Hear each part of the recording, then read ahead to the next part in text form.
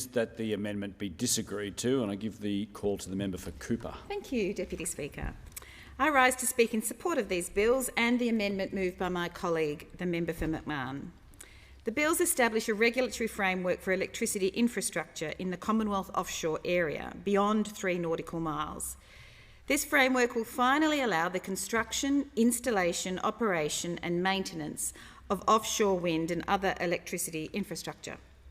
These bills allow the Energy Minister to declare suitable areas for offshore electricity infrastructure, and they establish a licensing system for offshore electricity activities and put in place various regulatory measures around the management and compliance of these activities.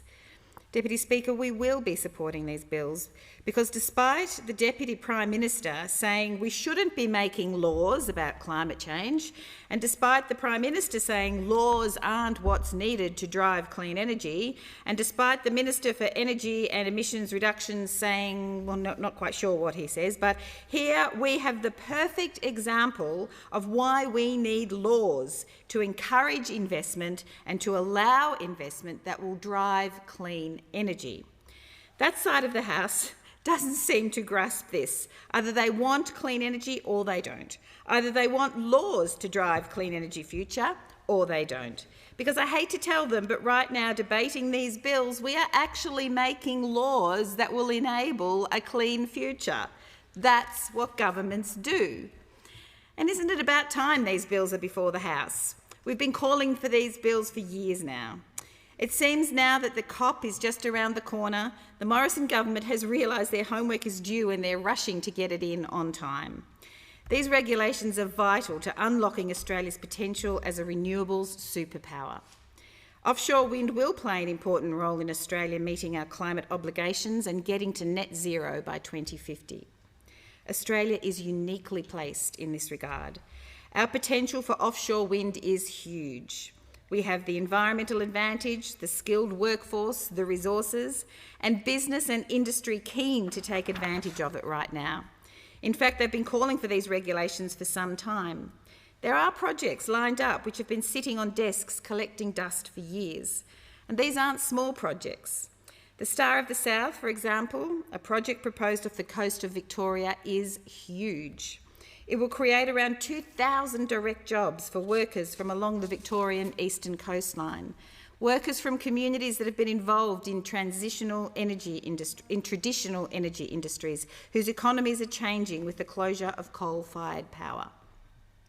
Workers whose skills are able to be deployed into the offshore electricity industry, and they should take up the opportunity because they will enter secure, well-paying jobs in an industry providing massive amounts of clean energy to the state of Victoria.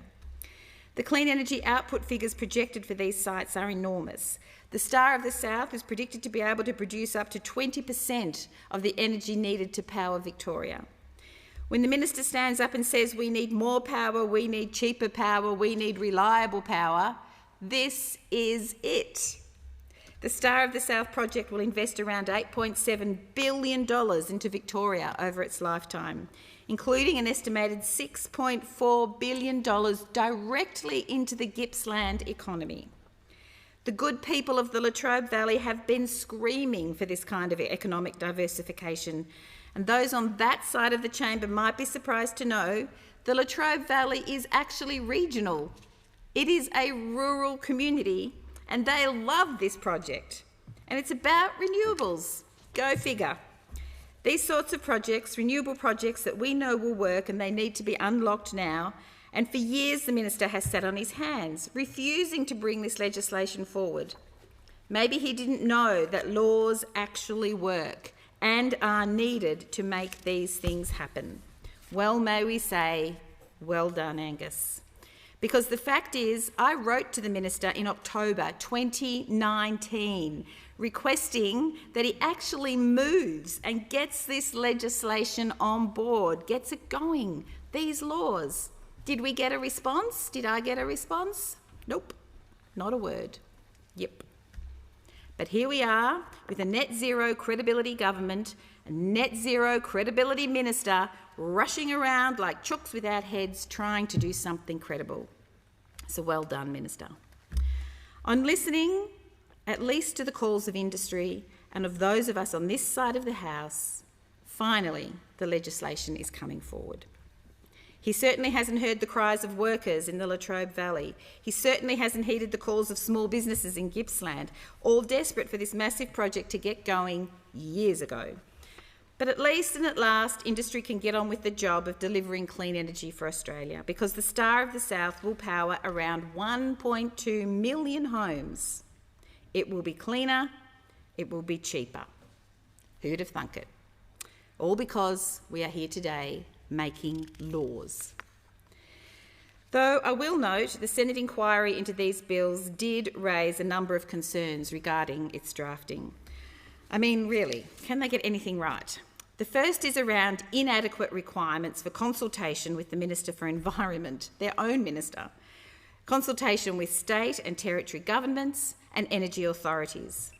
We know the government has a shoddy track record when it comes to environmental consultation, particularly in the area of energy and particularly when the energy is offshore. So it's important that proper consultation and approval frameworks are built into these regulations. The second area is in relation to transmission and export of energy generated offshore. We know that with the natural advantages Australia has for offshore wind and with industry and a workforce ready to go, opportunities will arise for Australia to export the energy we're producing offshore. The legislation, as it is proposed, inadequately addresses exports. It's critical that we get this right if we're going to take true advantage of these opportunities.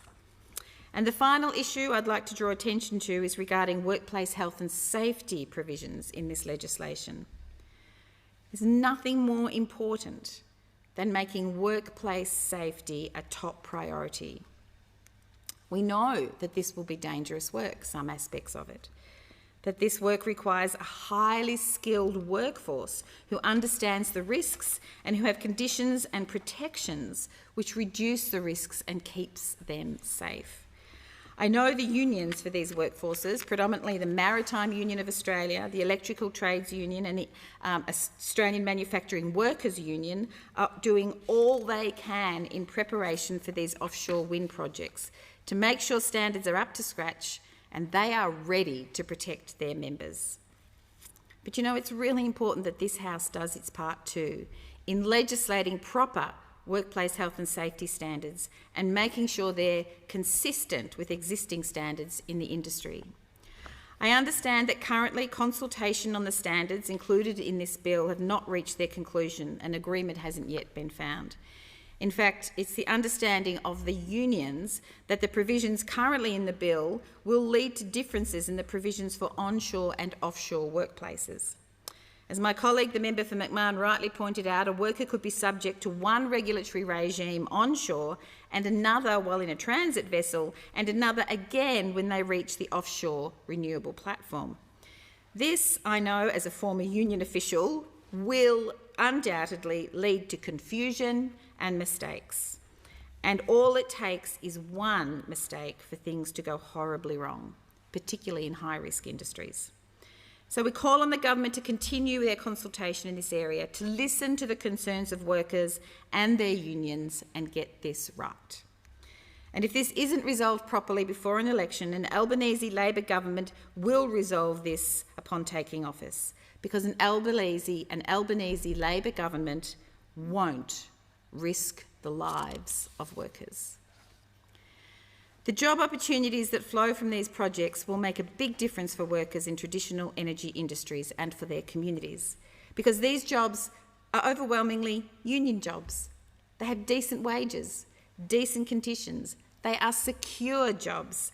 They're jobs in an industry which is booming and has a bright future, one which, if we get this right, if we get the legislation right in this place and fast, can turn into a lucrative export industry for decades to come. Australia can and should be a renewables superpower. There's no reason, other than the government's consistent and persistent reluctance to act, that Australia should not be at the forefront of renewable energy technologies, harnessing the natural advantages and exporting clean, cheap energy to the world. That, as my colleague for the member for McMahon put so well, is the opportunity for Australia in the world's climate emergency. We've seen some crazy rhetoric from the government, particularly over the last fortnight when it comes to climate change.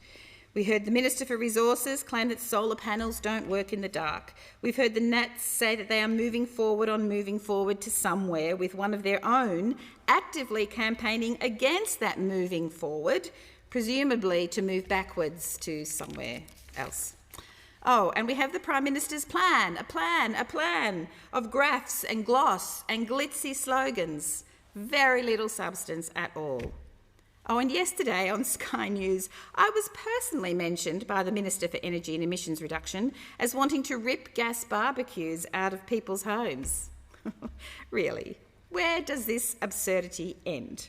In fact, Deputy Speaker, you might be pleased to know that I'll be having a barbecue this Friday with my family for my birthday. I'll be 58 on Friday. And I'll be sure to send the Minister a snap. Thank you. I'll be sure to send the Minister a snap because there will be plenty of burnt sausages in a low emissions technology, I promise him. Deputy Speaker, Australia should be at the forefront of clean energy technologies. We in the Labor Party want Australia to lead the world in the expertise, the technology and the experts for clean energy. In doing so, we will see jobs that we know come with climate action. And there's no good reason why we haven't already seen these jobs. As I've said throughout this speech, we are uniquely placed to become a superpower. We know, and it's been playing out front and centre over the last fortnight, that the government has climate deniers right throughout their ranks. Climate deniers now in the cabinet room. We know that contrary to the claims of the Prime Minister in this place, that this is a government bitterly divided when it comes to climate action. That the division, the infighting we've seen play out over the last fortnight has culminated in an empty plan. A plan in name only. Little policy, little ambition, no real action. And no wonder, after all, this is a government frozen by their division. We saw that the Prime Minister the trade-off he had to make in order to get a deal with the Nationals, if you can call it that, on net zero. The Minister for Resources is back in Cabinet. And this just shows so plainly what we all know to be true. They don't really care about regional Australia or about jobs for anyone else. They care about a pay rise for themselves. And all the while, they sell regional Australia and the rest of us down the river. We've heard the media constantly calling for the cost of the governance plan. Well, I've got an exclusive on that.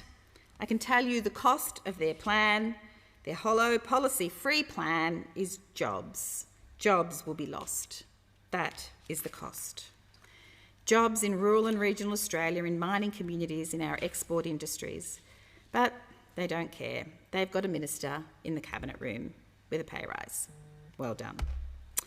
They've played out their pantomime of consultation, and the Deputy Prime Minister has been able to trot out to the media all week to pretend he's acting in his constituency's best interests. Now, it's not a coincidence that it's taken until days before the Prime Minister flies out to COP that we've seen anything resembling climate action from the government. They've been dragged kicking and screaming to this position for things that we've been calling action on for many years now. It's not just us on this side of the House, and it's not just the many climate activists. And I want to give a big shout out to all of the wonderful activists, particularly in my seat of Cooper, who have never given up on good policy on climate change. But our closest trading partners too have been screaming for this, and our captains of industry and businesses, small and medium. It is, Deputy Speaker, embarrassing. It's embarrassing to see our government scramble now to dress up glossy brochures with meaningless graphs and slogans. It's embarrassing, but unlike this government, Labor has a plan. We have a plan to get to net zero, to make Australia a renewables superpower. We have a plan to invest $20 billion to rewire the grid, enabling a massive uptake of renewable energy and creating thousands of jobs. We'll make electric vehicles cheaper, cutting taxes and incentivising the uptake of EVs across the country. We'll support 10,000 new apprenticeships in the energy trades of the future, skilling up Australian workers to work in renewable jobs. We will have 400 community batteries constructed that will power 100,000 households with cheaper renewable energy, and we'll make sure regions are at the centre of Australia's shift to becoming a renewable superpower. We'll invest $15 billion in a national reconstruction fund, creating jobs, jobs, jobs, and we'll cut emissions in the process. The honourable member.